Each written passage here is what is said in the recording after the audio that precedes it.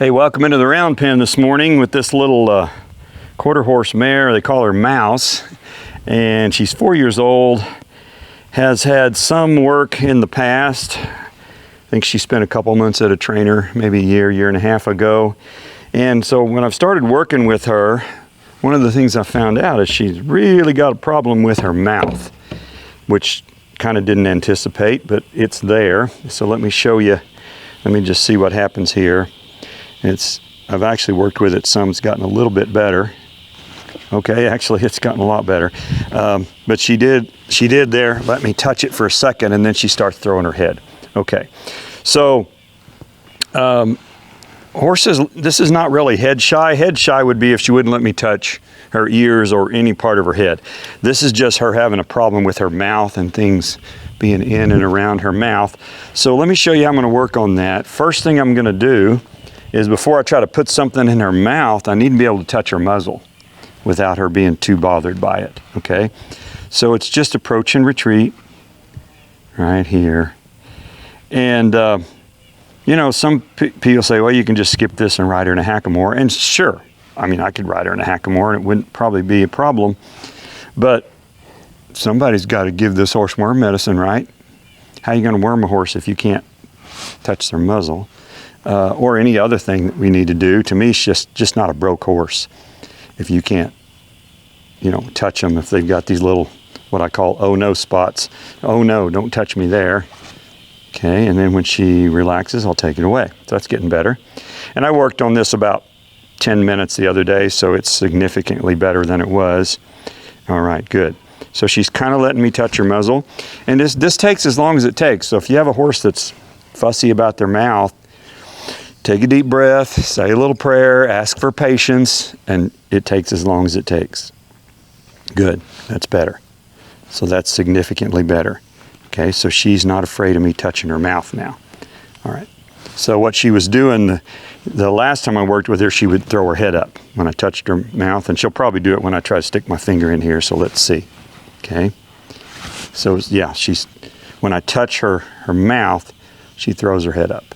Okay, so I'm going to take my finger on the opposite side. It really wouldn't matter which side you do it on, but if I do it on this side, she's going to pull away a little better. That wasn't too bad. It wasn't too bad. She opened her mouth without throwing her head up. Good. So hopefully this won't take as long as I thought maybe it would. Let's try it from this side. Okay. And what causes this? Okay. All right, right there. Most likely, the most common cause of this is somebody clanks the horse's teeth when they're putting a bit in their mouth. I don't know that for sure. You know, I don't know what caused it with her, but that's the most common cause. Second most common cause is just when somebody tried to do it the first time, they pulled away, and then the person let them do that and didn't address it. And then after they've done that 2 or 3 times, it becomes a habit. You know, they pull away and it just becomes a habit. Okay. There. So I'm going to reward it when she does what I ask, which is let me put my finger in her mouth. And I do have a snaffle bit hanging here. I was able to get it in her mouth the other day, and I'll probably get it in there today, but we'll see. I don't have to get it in today. So there, she's just pulling away when my finger touches the corner of her mouth. Okay? So as soon as she stopped fighting, I took it away. Touch her mouth, take it away. Touch her mouth. She's throwing her head a little. She'll let my finger go in, and I'll take it away. It's getting better. Good. This is a sweet little mare. She's real curious. Just kind of horse that's, you know, you just really get along with pretty well. Okay. So you can see she's feeling pretty strange about my finger being in there. She did the same thing with the bit the other day, which makes me wonder. I know she was sent to a trainer. It's quite possible that she was ridden in a hackamore and hasn't had a snaffle bit in her mouth. I don't know that. Okay, now I'm just going to put the lead rope in her mouth, which is real soft, of course, but it feels strange. Okay, and again, if your horse is real bad about this, you might not get that lead rope in the mouth for several days. Okay, there. Okay. Okay, and she's getting pretty bothered about that. Come here, babe. Come you're okay. You're okay. And they'll use different avoidance techniques. Right there, she was pushing on me with her shoulder, kind of just trying to push me out of the way. Okay. Okay, so I'm just going to hold that lead rope, and I did this the other day too. Just going to hold it in there for a little bit until she kind of doesn't get too bothered by it.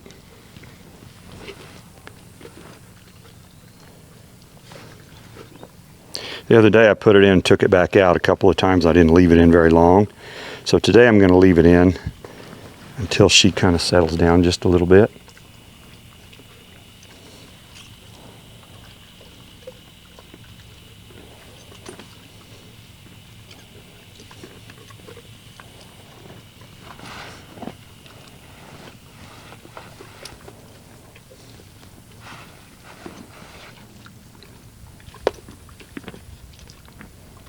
Okay, so while she's doing this, you can probably go watch 3 funny cat videos and come back, and she'll still probably be chewing on this.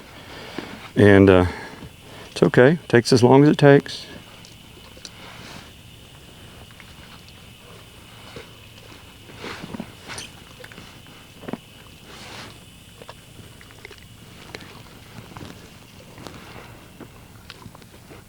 Okay, see her slinging her head around? So that's just her trying to figure out how to get that out of her mouth.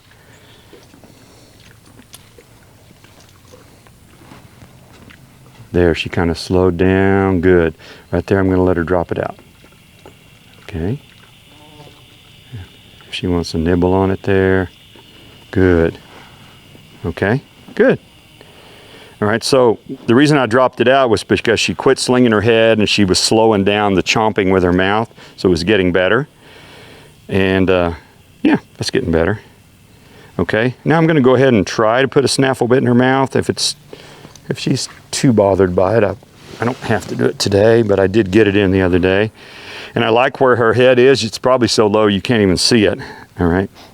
And what I do a lot of times when I first put a snaffle bit in a horse's mouth is I'll just put the bit right there where their lips are and leave it and see if they'll start nibbling on it on their own, okay? Without trying to put it in their mouth, I'll just put the bit right there and just leave it there and let her just kind of look at it, sniff it, and see if she'll want to, because a lot of horses will get curious and they'll, like, maybe that's something to eat, and they'll start nibbling on the bit. Then you don't have to put it in. She's not doing that. She's actually trying to avoid it.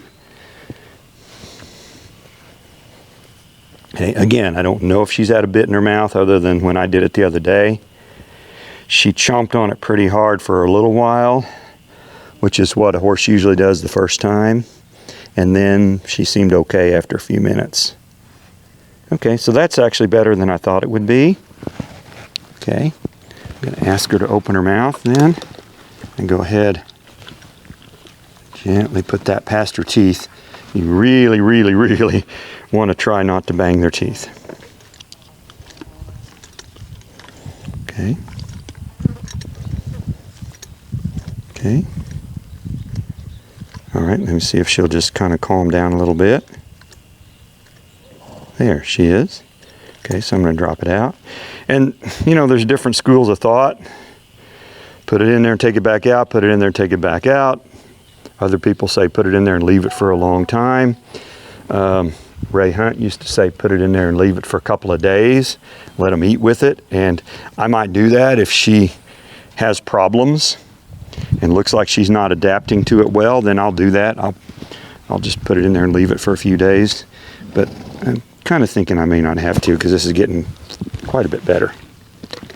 Okay, it's getting quite a bit better. Okay. Good. Okay. All right. So I'm going to go ahead and leave it in there for today while I'm working her. Probably several hours. I'll leave it in there. And I think I have it adjusted tight enough that she's not going to get her tongue over it. I believe it is. In the beginning, I'll adjust it up pretty tight so they don't get in a habit of sticking their tongue over the bit. And so that's how you work with a horse that's got a mouth trouble.